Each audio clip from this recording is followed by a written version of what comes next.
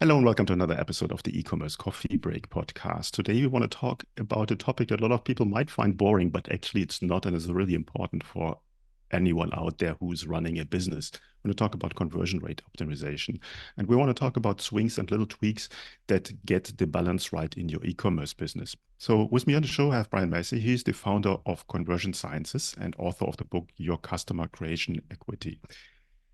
His rare combination of interests and experience developed over 30 years as a computer programmer, entrepreneur, corporate marketer, international speaker, and writer will help us here in this conversation. And Ryan has worked with hundreds of companies to improve their online business. He's a sought-after speaker presenting at IBM, Inbound, LeadsCon, Conversion Marketing World, and many other events. He has written for online publications, including ClickZ, Search Engine Lead, and Marketing Land. Brian is the editor of the Conversion Scientists blog and also a fellow podcaster at the Intended Consequences podcast. So let's welcome him to the show. We have a lot to cover. Hi, Brian. How are you today? I am doing great. Brian, tell me a little bit about what got you started in the world of e-commerce. Well, so I was trained as a computer programmer. I uh, got involved in sales early after graduating from college. I was selling semiconductors, so highly technical product. Rose to my highest level of incompetence in that role, and found myself back in the programming world for a startup. Um, that ended, and the director of engineering and I started our own company in the 90s doing software. The dot-com bust took out our customers, so we stopped running that company, and I worked as a marketing person for several tech startups in the early 2000s. And when I realized that I wanted to go back and do something on my own, I couldn't think of what else to do as a computer programmer, sales, marketing entrepreneur, um, other than being a conversion scientist. So I Gesenberg Brothers introduced the concept to me in 2006, and I hung a shingle and put on a lab coat and said, "All right, conversion science is what we're going to be doing," and we've been doing that ever since. Mhm. No, it's really a science. There's a lot of things involved: technology, psychology, speed of your website, and so on and so forth. Now, what are the key factors that actually are the most important ones when we're talking about conversion rate optimization and Well, optimizing a business, a website? when we're looking at assembling ideas for what might improve a website, they fall into really five major buckets. So number one, the messaging value proposition needs to be very clear. And I think a lot of e-commerce companies miss this. They rightfully so lead with the products, but don't give the visitor an understanding of what their particular value proposition. Are they the cheapest? Do they have the biggest inventory? Do they have high quality? Or do they have unique products that can't be gotten anywhere? And so messaging and value proposition is really important. And in the e-commerce world, that flows obviously to the product pages and the product descriptions. The second bucket that we look at is credibility and authority. So what are you doing to indicate that you are qualified to sell these particular products? And this can include anything from apparel to industrial equipment, all of which is obviously sold online these days. The next bucket is the layout of the page. So the job of the designer, especially in an e-commerce world, is to get the visitor's eyes to the important parts of a page. It could be a product page, it can be a landing page, it can be the home page, so that they get what your value proposition is, why you're unique, why I should keep looking, and then where I should go to begin to find the sorts of things I'm looking for. The other two are credibility and the other two are social proof. So on in the e-commerce world, testimonials, ratings, and reviews, very, very important, especially in the consumer space. And then security. So can I trust you to take my credit card and keep it safe? And even the biggest retailers have proven that that's difficult to do. So those are the primary buckets that we want to make sure that we have ideas in, or that we're looking at the data in order to figure out how we make a website better. Mhm. Now, let me play a little bit of devil's advocate. I'm a corporate marketeer. I have my storefront on Shopify. I just bought either a very shiny, fancy new $400 template, a theme, or I just spent a couple of thousands with a web agency building me a nice storefront. So I assume everything is right when it comes to conversion rate optimization, or is it not? So it's a great starting point. E-commerce companies have to walk this line between familiarity and novelty. So if you come up with an e-commerce metaphor that's completely different from our typical add to cart or add to bag, and then checkout process, then you begin to require your customers to learn a new interface to do what they've been doing. However, if you are stock and look so much like everybody else, and Shopify is a great example, it's both training online shoppers, what that cart looks like, because so many people are on Shopify, but it makes it difficult for you to differentiate. And if they're shopping around, they forget, where was that other place that I went to and saw that thing? So it's really important to add some hooks to that.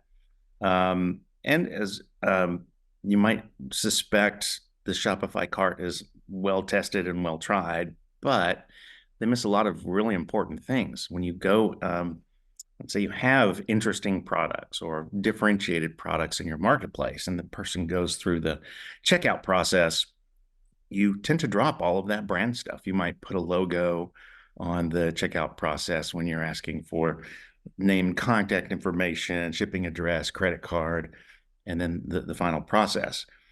We have found that it is really important to keep those brand signals in the checkout process. So taking some of the white space that inevitably exists in one of the columns, typically at, for instance, Shopify, there's this blank space below the list of products in case the products get long. But reinforcing like what your warranty is, what your guarantee is, what your return policy is, and the things that remind them why they bought that particular product.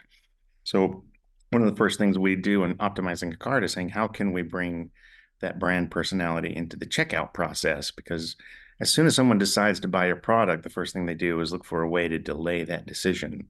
So we want to reinforce that. Mhm. From the scientific side, what's your approach? Where do you start working? We were talking about the cart, the checkout process. Are you starting from what is closest to the first visit, or are you starting from the end, what's the closest to the money? What's your approach there? Yeah, so the data really tells us where we're going to start. And we can begin working with what we call the flow, which is all the pages that funnel people into that add to cart and checkout action. So if the data is showing that the add to cart rate is very low, then we might start there and looking at the landing pages.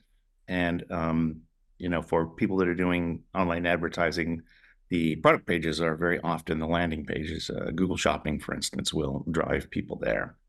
However, if we find out that there is a high cart abandonment rate, so people have added things to the cart and maybe even started the checkout process but haven't finished that, that's telling us that number one, there's probably a question that we haven't answered on the product pages that needs to be answered. A lot of people will start the checkout process to get an idea of, okay, what is tax going to be? What shipping options do you have? Excuse me. So we can move those things earlier in the process. And ironically, we might see a lower add to cart rate, but ultimately a higher site-wide conversion rate because people are getting the questions they're answered, and that gives them momentum to get through the add to cart and checkout process. So it really depends on the data, as any good scientist should say. Let's touch on the data. What kind of data do I need to have to really get started? Or put it the other way, when clients are coming to you, probably things are not working well, so they approach you. What kind of data are you looking in? And if not, how do you start the process to collect data? Yeah. So the scientific method requires us to do some research on the front end to develop our ideas and to research ideas to see which ones are most important. So we set up what we call the digital laboratory. At the foundation of that is typically analytics. Most popular analytics right now is Google Analytics. There's been quite a bit of a shakeup in the analytics world since Google Analytics ended their last version of analytics. We also like to see how people are interacting with pages. So we'll use what we call heat map software. And this tells us how far, for instance, people are scrolling on, in general, how far people are scrolling on product pages. So we can see how much of the content they're seeing. There might be some important things that are at the bottom of the page that aren't getting reached. And so we might come up with the hypothesis of reorganizing the data, the content to bring that to the top. It tells us where people are clicking. And it also tracks their mouse moves. So it's somewhat of a metaphor for where they're looking. And so we can see what parts of the page are getting attention and which aren't. More extreme version of this is online eye tracking, where we actually can track the eyes of people that are tracking, that are viewing the page, typically from panels. Beyond that, we want to make sure that the analytics doesn't have blind spots. We really do want to know, it's very common, for instance, on a product page to have tabs that have the description, the product specifications, videos, perhaps. We want to know if people are clicking on those to see if they're interested, if large groups of them are interested in some of those other tabs. So we want to make sure that those sorts of events are instrumented. And then, of course, an A/B testing tool, which allows us to collect the best data that we can. We end up with a lot of ideas. We do research to figure out which ones just need to be fixed, which ones aren't an issue.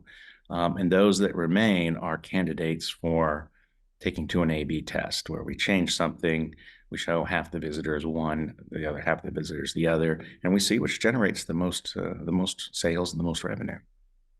Mm-hmm. Can you give me some example? You don't need to call the name, the brand, but just an example from projects you have been through and what kind of results came out of it. So, I mean, we worked with B2B e-commerce as well as B2C e-commerce, and it is everything from filters for your air conditioning, and people who build guitars and sell guitars. They're looking for parts and kits. I mentioned both of these because they have a very strong repeat purchase portion of it. You need a new filter every month or every 3 months, depending on how diligent you are in taking care of your HVAC. And being in Texas, we want to make sure that AC is running, so we want to replace those every month. But that retention, and I think it really speaks again to that novelty versus familiarity. There are subscription models for both of these business. One is free, just give us your name and email address, and we'll send you the filters as you need them. And the other is a yearly fee that requires you to sign up, and you get discounts, and you get special offers and free shipping and things like that. So understanding when the best time is to introduce these loyalty programs is really very important. Beyond that, we worked with apparel companies, and you had mentioned tweaks at the outset, and I think the idea set is really a combination of tweaks, sometimes just reiterating like your fit guarantee on the product page next to the price or next to the add to cart button can have a significant lift. If you're going to get 11% lift in your conversions, that's pretty good money for a relatively small text change.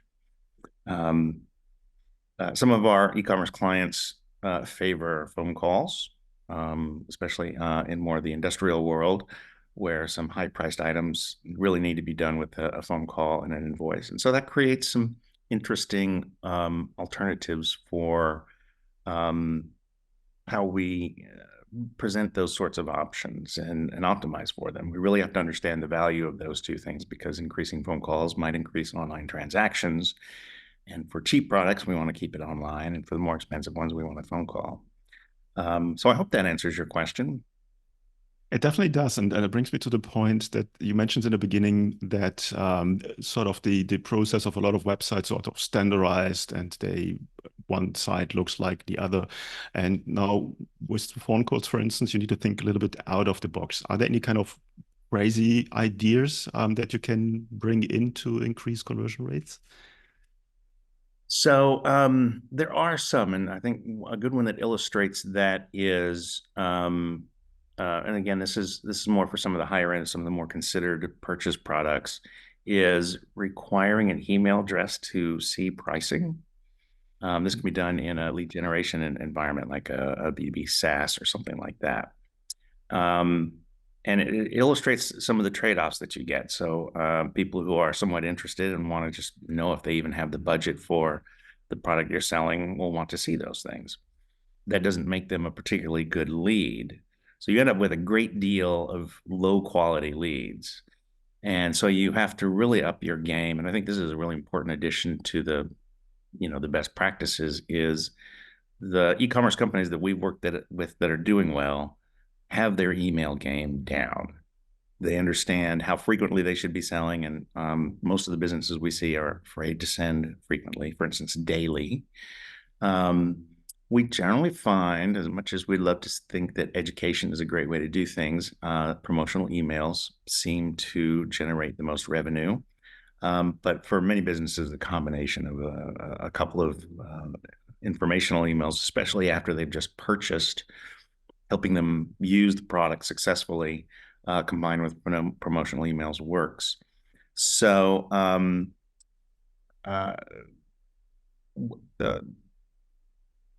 think your question was specifically around phone calls. And on the mobile side of things, the click to call, since we have a phone app installed on most of our phones, are able to click and call. An important part of the digital lab is having a phone tracking so that we can not only see who's calling, how long those calls are, what part of the site they were on, but we can do A/B testing where version of the control gets a certain phone number, the variation gets a different phone number, and we can see which of those variations is generating the most phone calls specifically. So I think that's that piece of it. There's some technology involved in making all of that work, but it's an absolute must if phone calls are important. I think that's a great idea. I've never heard that, doing A/B testing with different phone numbers, or basically depending where it goes. And that shows that conversion rate optimization is not only on-site, it is the whole funnel. It goes far further than just changing the color of a button. As a small and medium enterprise, and we have a lot of solopreneurs and smaller businesses as listeners on the show, are there any tips or any ideas that you can give that they basically can start trying to put into their store today? Specific tips, I think overall, those businesses that have a culture of experimentation are going to begin to demand the right tools that you want. For everyone, it's going to be a little bit different. But I think that's the first thing, is adding A/B testing to your software, to your digital lab. Most businesses have analytics, although there are a number of blind spots there. And also using user panels to narrow your ideas, because the problem is that, especially for smaller e-commerce sites, is you don't have the transactions necessary to do a lot of A/B testing. So user testing services and usability testing services bring panels of people who will look at your creative and answer questions about it. This really allows you to narrow down your decisions and see where you're confusing people with your layouts and with the information that you're giving, and where your designs are actually improving things. So getting really curious about the data that you can reach, because it's not expensive. It doesn't take a lot of expertise really to understand, and having one or more people dedicated to spending a portion of their time continually looking at the data and figuring out what's working and what's not working, I think is the most important thing. And as they begin to ask questions, they can look at our blog and see how we answer some of those questions. The other thing that I think is important, and again, going back to this novelty versus familiarity is we tend to play it safe. We tend to um, get careful and just do what everybody else is doing. I think if you can use experimentation to get a little crazier with your ideas, maybe take some chances from a product standpoint. I've noticed that certain brands out there, I recently came across a brand called Bird Dogs, and they sell pants with a unique inner liner, so you don't have to wear underwear. That's their thing. And they do a very good job of making that front and center.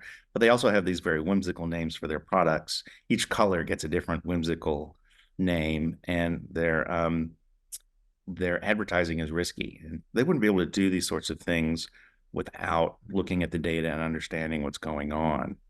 Um, I've seen businesses like this mature and find different markets for what they're doing, especially when the pandemic hit. And so they get a little bit more familiar, but they've already built this audience of very loyal folks that come back and spread the word. Hmm.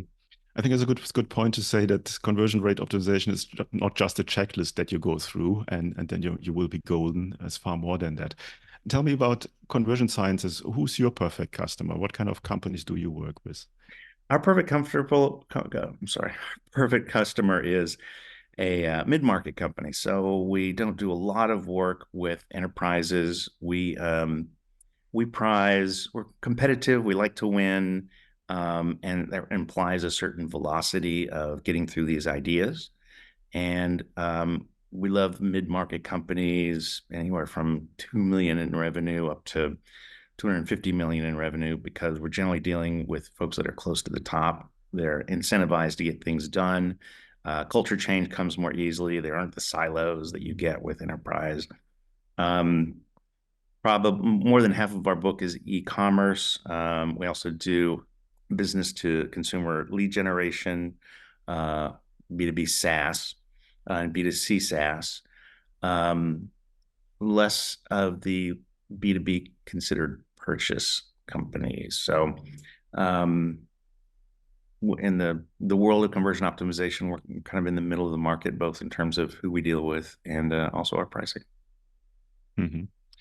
Let's talk about the onboarding process.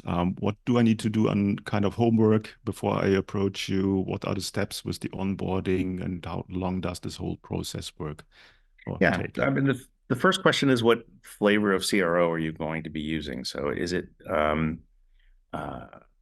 is it going to be full on, full team A/B testing, where we come in and we do everything from design, development, ideation, basically doing everything? You're still paying attention to your business and doing the things you do in a day in, day out, and we're answering questions about your business and helping you understand your customers.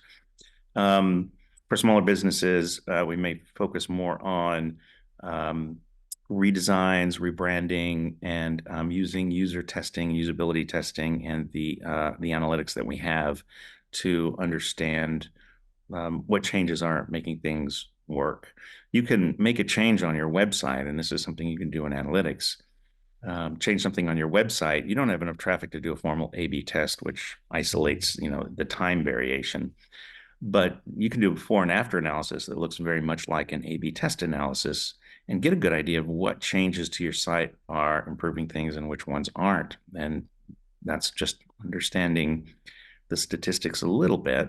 You don't have to be a PhD or anything like that. But that allows you to start using experimental tools in the current process where you're trying things. And most e-commerce companies are doing that. They're trying things. Should we be launching this new product? How should we be launching it? Let's try some things, but going ahead and doing the analysis to make sure that that change was what your visitors really wanted. Yeah, I think that's a usual marketer problem, that you're willing to do changes, but when it comes to the going into the KPIs and the numbers, to reporting the stats, that's a bit of an afterthought, because that's not really what you want to do in life. Yeah. So that's Well, and it therefore can you be have very scientists. humbling. Like you know this. Oh, I know that this is going to work. This is just objectively better. And then you launch it and do the analysis or do an A/B test. And our most beloved and most intelligent and beautiful redesigns have proven to be, oh, this is not improving things. So the key is always be able to go back. Okay, cool. Brian, before we come to the end of the coffee break today, is there anything that you want to share with our listeners that we haven't covered yet? So I think that you can't run an e-commerce company without data. And I'm talking about understanding your visitors more at a level than those sorts of things you're getting from your Shopify dashboard. Um, so I think that just as if you were running a brick and mortar store, you would want to walk around and see how the customers are doing and listen to how your employees are talking to them. That begins to inform changes that you're seeing in revenue per visitor, average order values, things like that that you're really trying to track. Which of our high profit items are selling, things like that. Analytics, the heat map reports, um, they really allow you to kind of walk around your digital store and begin to understand what the visitors need and where you're putting unnecessary barriers in the way. So I think this set of skills is absolutely necessary for anyone who wants to really grow their e-commerce business. No, I would totally agree. Most companies do just not have the skills in-house, and then it's good to approach an expert on that one. Where can people find out more about conversion sciences? Our website is conversionsciences.com. We have an active blog sharing all of the things that we're learning. We've always used teaching as our primary marketing strategy, doing things like we're doing here today and letting people listen into our water cooler conversation. So you'll see what we're learning there and begin to understand what some of the moving pieces of putting together an experimental, data-driven culture looks like. I would recommend to our listeners to sign up for your newsletter. I'm a long-term subscriber of your newsletter, and that's the one that I always read when it comes to conversion rate optimization. Brian, thanks so much That for your makes me time feel today. great. Thanks so much for your time today. I will put the links in the show notes, then you will be just one click away, and a lot of people reach out to you. Thanks so much. Thank you. Hey, Klaus here. Thank you for tuning in to another episode. Before we wrap things up, I've got a couple of important points to share. Firstly, if you have enjoyed today's episode and want to support the show, here's a simple way to do it. Help me out with that algorithm magic by liking, commenting, and subscribing on your favorite podcast app. And if you're feeling extra generous, leaving a rating would be great. Your support helps me bringing more impactful guests on the show, and it makes it easier for others to discover the podcast. Secondly, I want to talk about to all your business owners out there. Here's a question. Are you tired of juggling everything in your business while struggling with your marketing tasks? Fed up with hit and miss experiences of hiring freelancers or agencies that don't quite get your vision? But perhaps you're not ready to commit to a full-time in-house marketer just yet. Well, I've got a solution for you. Introducing our fractional marketing team. My team and I provide top-notch experienced marketing professionals to become an extension of your business. Not only will they save you up to 50% on cost compared to traditional hires, but they also take care of all this time-consuming, repetitive and complex marketing tasks that have been holding you back. And this way you can concentrate on what truly matters, the core of your business.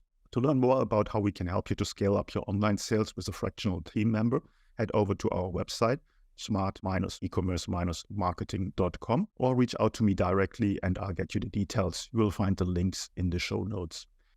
Thanks for being a part of our podcast community, and remember, your support means the world to me. Until next time, see you then.